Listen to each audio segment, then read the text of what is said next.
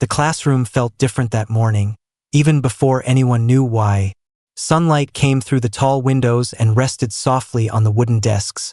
But the air felt heavy, almost nervous. Students sat quietly, waiting for their final exam papers to be returned. This was the biggest test of the semester, the one everyone had studied for weeks. Some students whispered small prayers. Others tapped their pencils on the desk. But one student looked completely calm. Marcus sat in the third row near the window, his back straight, his face quiet and focused. Everyone in the room knew Marcus. He was the top student in the class. He always answered the hardest questions. He always helped others understand lessons. Teachers trusted him. Students sometimes admired him, and sometimes felt jealous of him.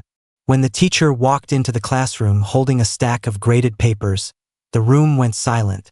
Her shoes made soft sounds on the floor as she walked to the front desk. She did not smile the way she usually did. Instead, her face looked confused. She cleared her throat and began calling names one by one. Each student walked up, took their paper, and quickly looked at the red number on top. Some students smiled with relief. Some looked disappointed. The normal sounds of quiet reactions filled the room. Then the teacher paused. She looked down at the next paper in her hand, and her eyebrows slowly moved closer together. Her eyes moved across the page again, as if she was checking something twice. Finally, she said, "Marcus." The way she said his name was different. It was not proud, not cheerful, but unsure. All heads turned toward him. Marcus stood up slowly and walked to the front of the classroom. He did not rush. He did not look worried. He did not look confused. He looked calm, almost too calm. The teacher handed him the paper carefully, as if she was unsure what to say. For a brief second, she looked directly into his eyes, searching for something. Marcus looked down at the page. At the top, written in thick red ink, was the number 12%, the lowest score in the class. The lowest score anyone had ever seen Marcus receive. A quiet gasp moved across the room like a soft wave. Some students leaned forward in their chairs, trying to see better. A few whispered to each other, unable to believe it.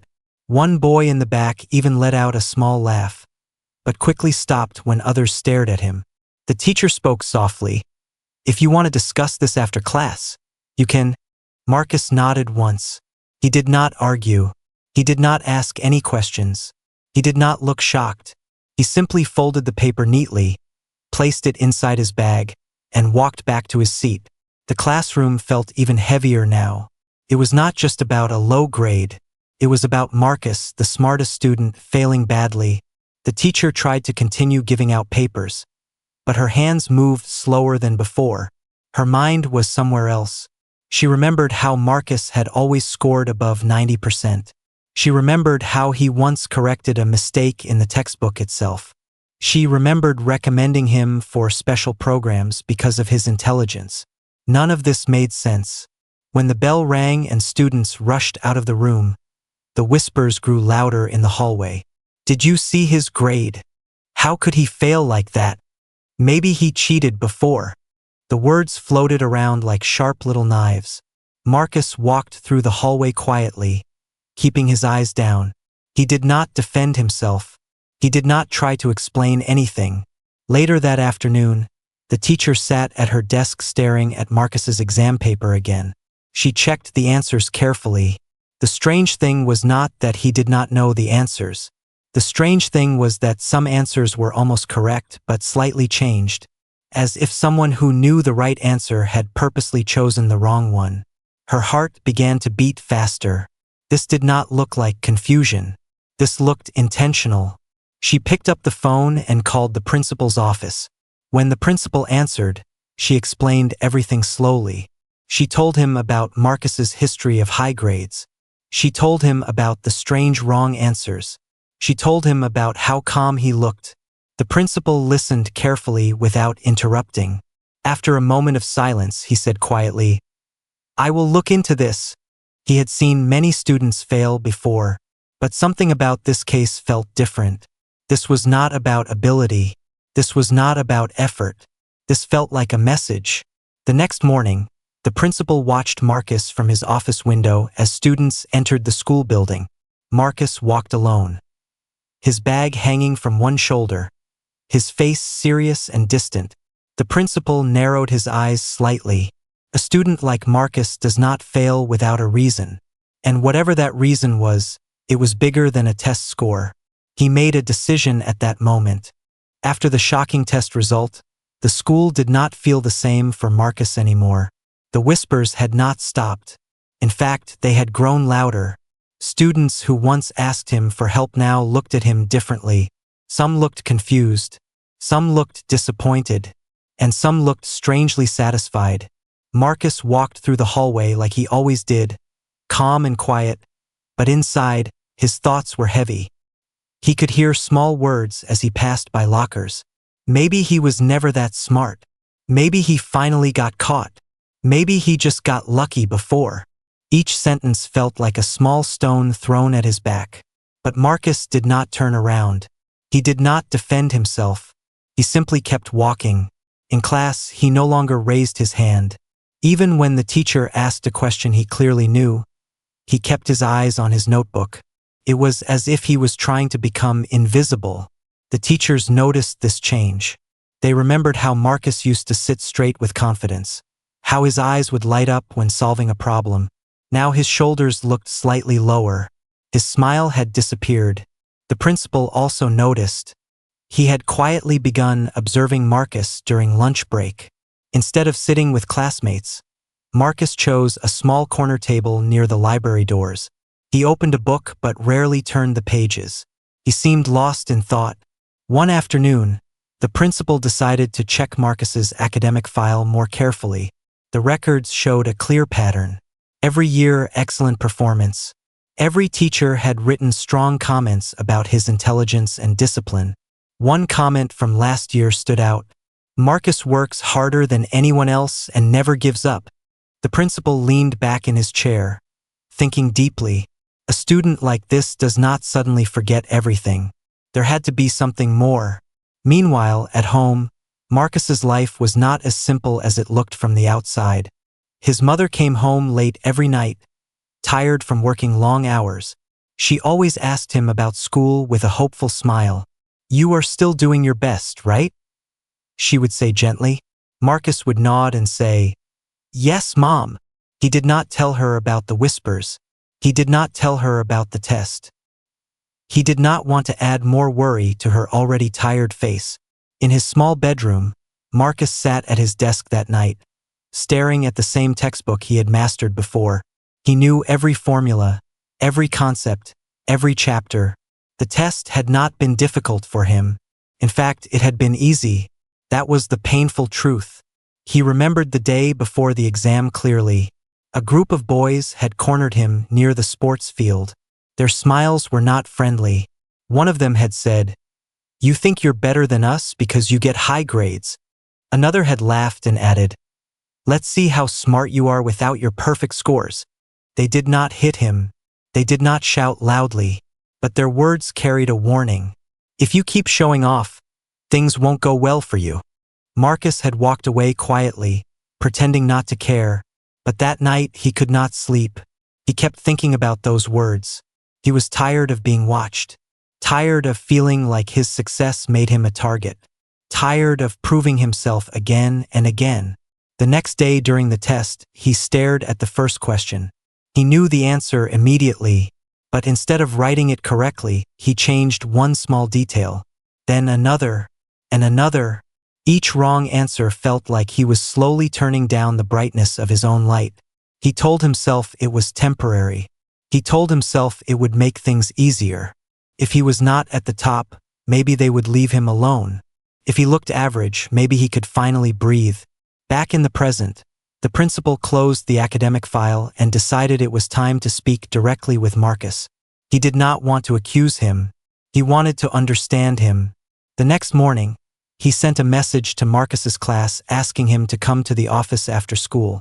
When Marcus received the message, his heart beat a little faster. He had expected this moment, but he did not know what he would say. As the final bell rang, students rushed out of the building, laughing and talking. Marcus walked slowly toward the principal's office. Each step felt heavy. The hallway seemed longer than usual. When he finally stood in front of the office door, he paused for a second. He took a deep breath. He knew the principal wanted answers, but what he did not know was whether he was ready to speak the truth. Because sometimes the hardest thing is not failing a test. Sometimes the hardest thing is explaining why you chose to fail.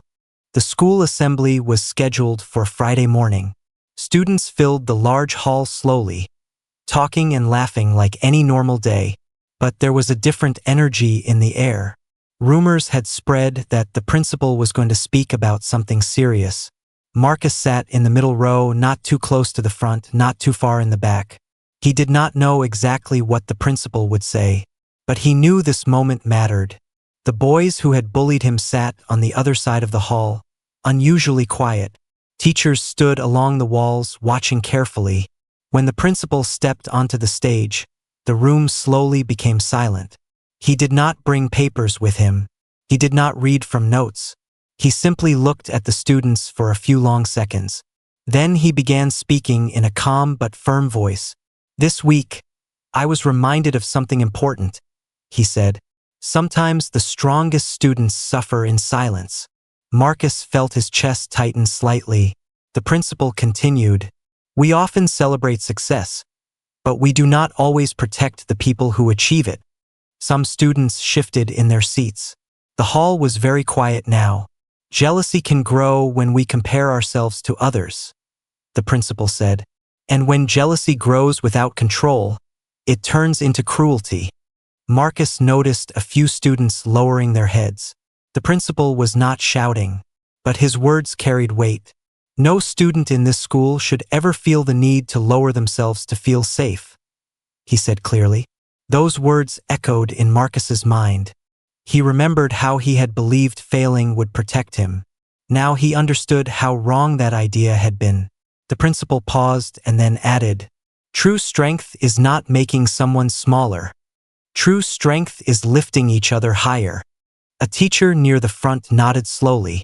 Some students looked thoughtful. Others looked uncomfortable. But no one was laughing. No one was whispering. The message was landing.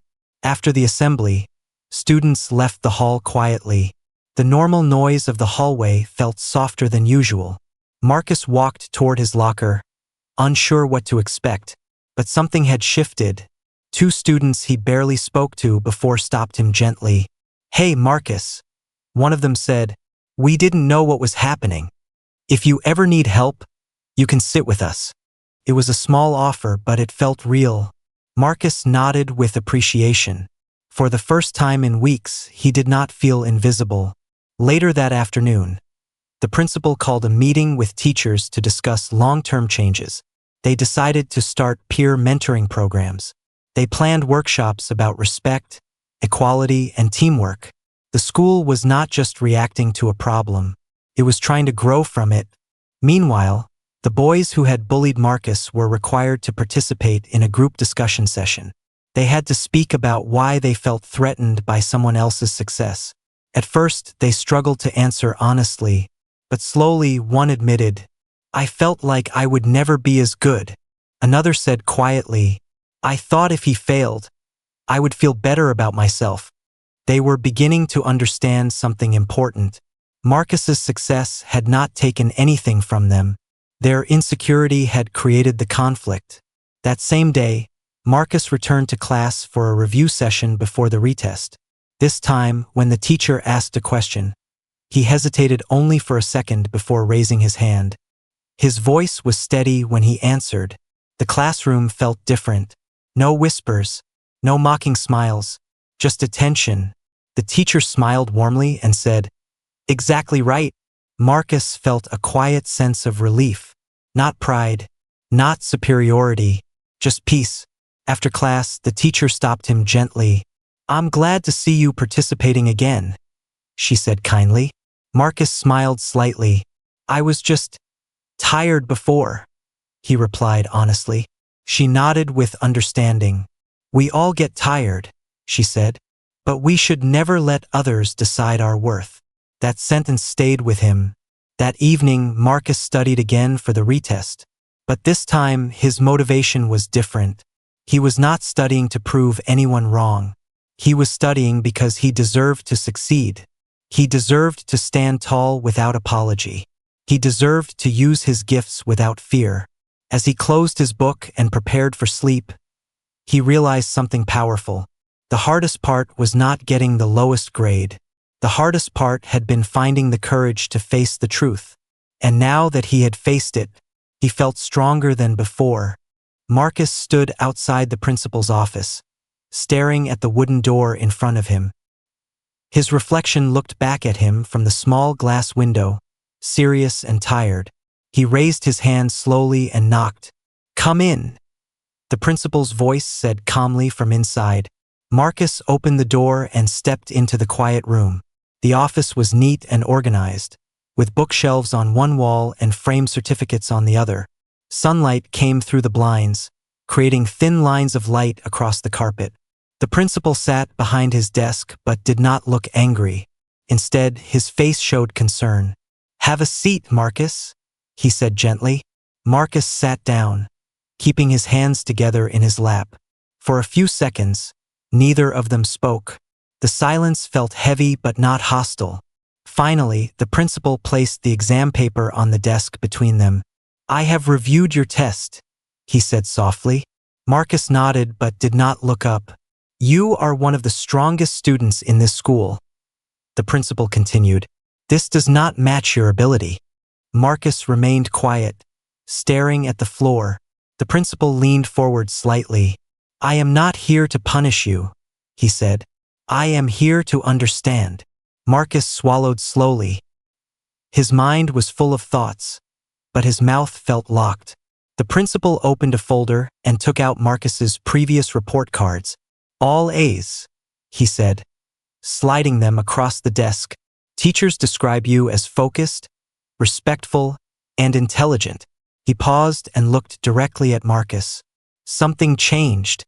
The words hung in the air. Marcus felt his chest tighten. He wanted to say everything was fine. He wanted to keep pretending. But the principal's voice was calm, not accusing. "Did someone pressure you?" the principal asked carefully. Marcus's fingers tightened slightly. That simple question felt like someone had opened a small crack in a wall he had built around himself. But still, he said nothing. The principal noticed the small reaction. He had worked in schools for many years. He knew the difference between guilt and pain. And what he saw in Marcus was not guilt. It was exhaustion. "Marcus," the principal said gently, "sometimes students think staying silent will solve problems, but silence often makes them heavier." Marcus finally looked up. For a moment, their eyes met. There was a deep sadness in Marcus's eyes that had not been there before. The principal decided to try a different approach. "I spoke with some teachers," he said. "They told me you have been quieter lately, less active in class, spending more time alone." Marcus looked away again. The truth was slowly pushing against his silence. The principal stood up and walked to the window, giving Marcus a little space. "When I was your age," he said thoughtfully, "I once stopped trying in school." Marcus looked surprised. The principal smiled slightly. "Yes, even I made mistakes. I thought if I lowered myself, others would accept me." He turned back toward Marcus. But it did not solve anything. Those words hit Marcus deeply. They felt too close to his own thoughts. The principal walked back to his desk and sat down again.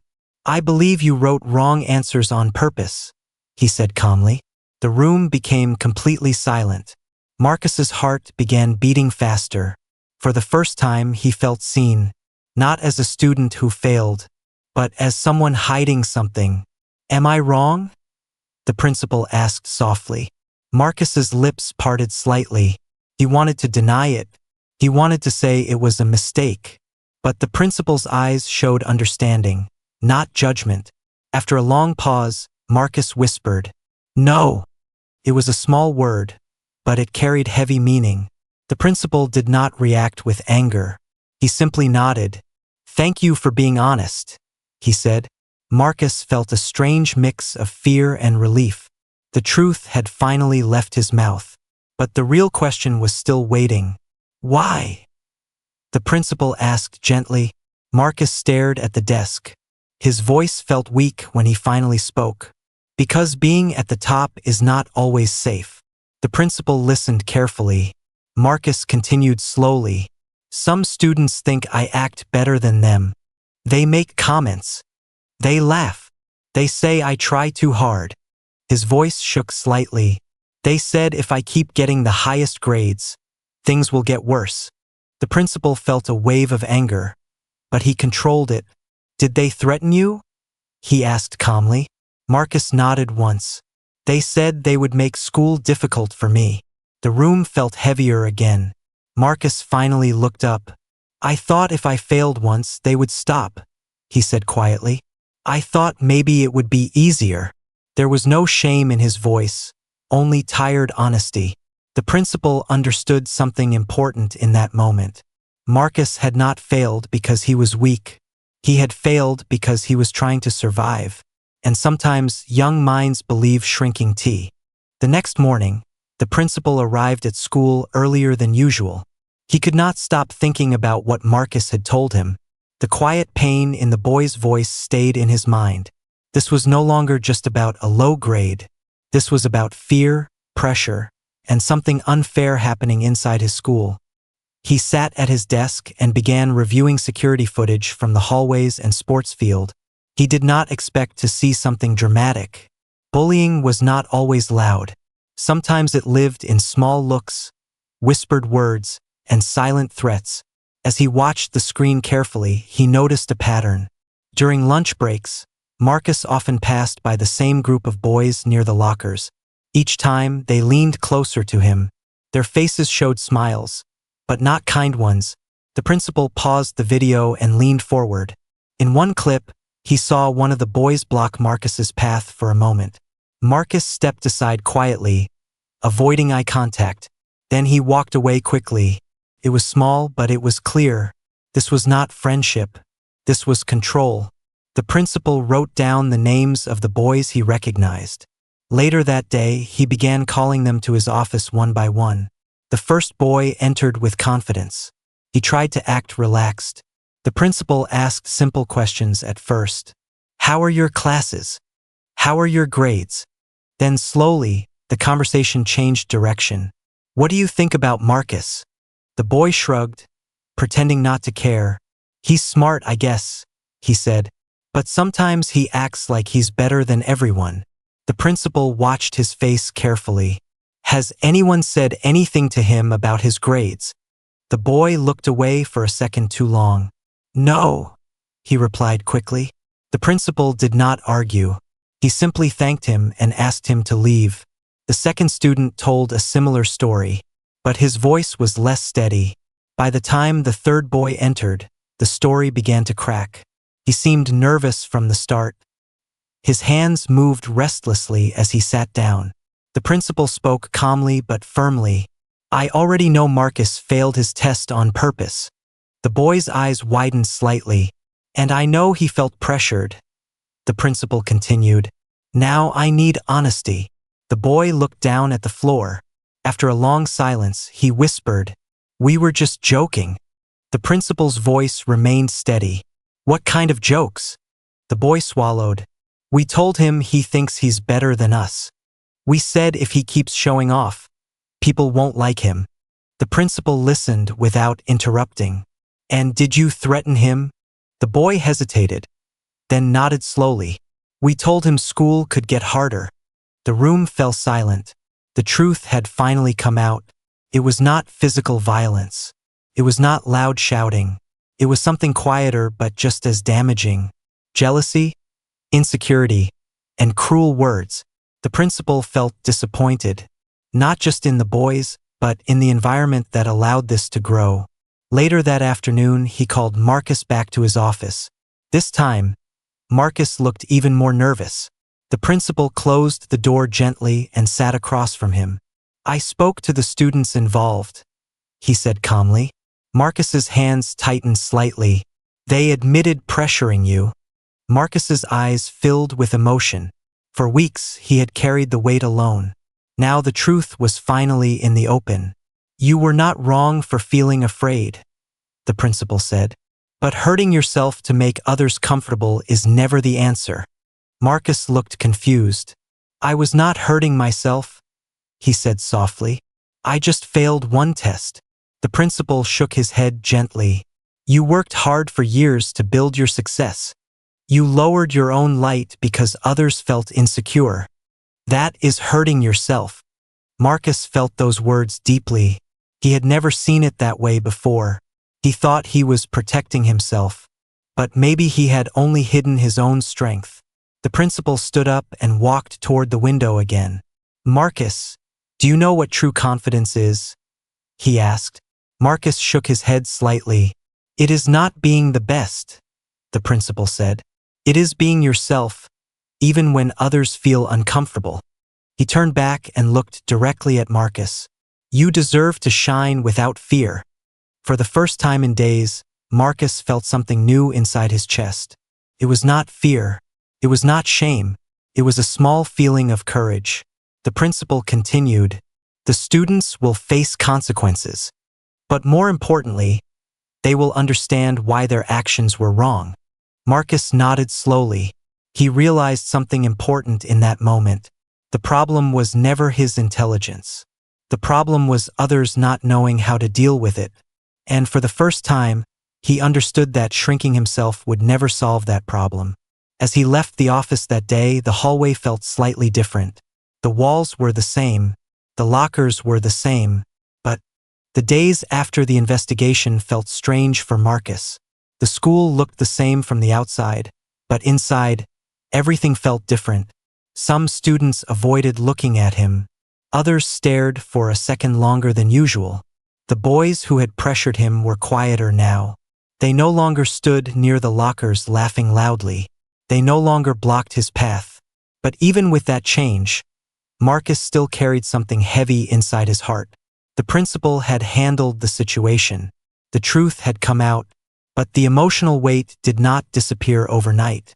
That evening at home, Marcus sat at the small kitchen table while his little sister colored pictures beside him. His mother moved around the kitchen, tired but smiling softly. "How was school today?" she asked gently. Marcus paused before answering. "It was okay," he said. It was the same answer he had given many times before. But tonight, the word felt different in his mouth. He wanted to tell her everything. He wanted to say he had been afraid, that he had lowered himself because he felt alone. But when he looked at her tired eyes, he stayed silent. Later that night, as he lay in bed staring at the ceiling, his thoughts grew louder. He remembered the moment he wrote the wrong answers on purpose. He remembered the strange feeling in his chest. It was not just fear. It was something deeper. It was exhaustion. 4 years, he had carried the label of the smart one. Teachers expected excellence. Students expected perfection. Even relatives at family gatherings would say, "Marcus will become someone big one day." Those words sounded positive, but sometimes they felt like pressure pressing on his shoulders. He felt like he was not allowed to fail, not allowed to struggle, not allowed to be human. And when the bullying started, it only added more weight. The whispers about his race, the jokes about him acting too smart, the small comments that said he did not belong at the top. All of it built up quietly inside him. He never cried in front of anyone. He never shouted back. He simply kept smiling and pretending he was strong. But strength without support slowly turns into loneliness. The next day at school, the principal called Marcus again. This time, it was not about punishment or investigation. It was about support. The principal introduced him to the school counselor, a calm woman with kind eyes. "At our school, asking for help is not weakness," the principal said firmly. Marcus felt unsure at first. He had never spoken about his feelings before. During his first session with the counselor, he sat quietly for several minutes. The room felt safe but unfamiliar. Finally, she asked softly, "When was the last time you felt proud of yourself?" The question surprised him. He had been so focused on surviving that he had forgotten about pride. "I don't know," he admitted quietly. She nodded gently. "Sometimes when people expect too much from us, we forget what we expect from ourselves," she said. Those words made Marcus think deeply. For the first time, he began to separate who he was from what others wanted him to be. He realized something important. He had not failed the test because he was weak. He had failed because he felt trapped. And feeling trapped does not mean you are not strong. It means you need support. Meanwhile, the students who had bullied him were also facing consequences. They had meetings with their parents. They had to attend sessions about respect and equality. One of the boys even wrote a letter of apology. At first, Marcus did not know how to feel about it. Part of him was still hurt, but another part of him felt lighter knowing the truth was no longer hidden. One afternoon, as Marcus walked to class, one of the boys approached him slowly. There was no crowd, no laughter, just quiet seriousness. "I'm sorry," the boy said, looking down. "I didn't think it would go that far." Marcus studied his face carefully. He saw embarrassment, maybe even regret. He did not immediately forgive him, but he nodded slightly, because forgiveness is not about forgetting pain. It is about choosing not to carry it forever. That evening, Marcus opened his textbook again. But this time, the feeling was different. He was not studying to prove something. He was not studying to please anyone. He was studying because he loved learning. He remembered why he enjoyed solving problems, why numbers and ideas excited him. That joy had been hidden under fear, but it had never disappeared completely. As he solved practice questions, a small smile returned to his face. Not a proud smile, not a competitive smile, but a peaceful one. He finally understood something powerful. His value was not in being perfect. His value was in being himself. And shrinking himself would never make the world fair. Only standing strong in his own truth would.